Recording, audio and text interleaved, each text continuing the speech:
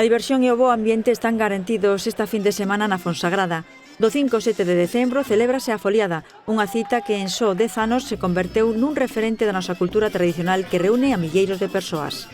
Naceu como algo moi pequeno, non tiñamos pensado que chegase a tal magnitud. E onde estamos, pois, será grazas en gran parte á xente, en gran parte a nós, tamén como organización, e en outra gran parte tamén dar gracias a toda esta xente que nos ven a acompañar e que colabora con nós.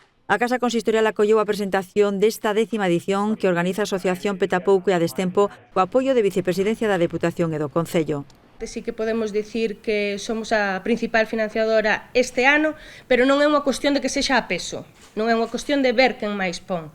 Nos facemos unha aposta económica importante porque cremos neste proxecto e porque este é o tipo de proxectos que queremos dende a área de cultura. Queremos proxectos arraigados na base, na nosa música, no noso legado e no legado que vamos deixar ao futuro. Nos como Concello, pois obviamente as facilidades todas que podemos aportar, non o vemos de outra forma, apostamos por cultura, apostamos por turismo, apostamos por un fin de semana de dar a conocer o pueblo da Fonsagrada, de conocer a súa xente, de que atraiga aquí pois unha gran cantidade de xente que moitos deles xa repiten, xa viñeron, pero seguro que ven xente nova que nos ven a conocer, e todo isto pois é gracias á Foliada.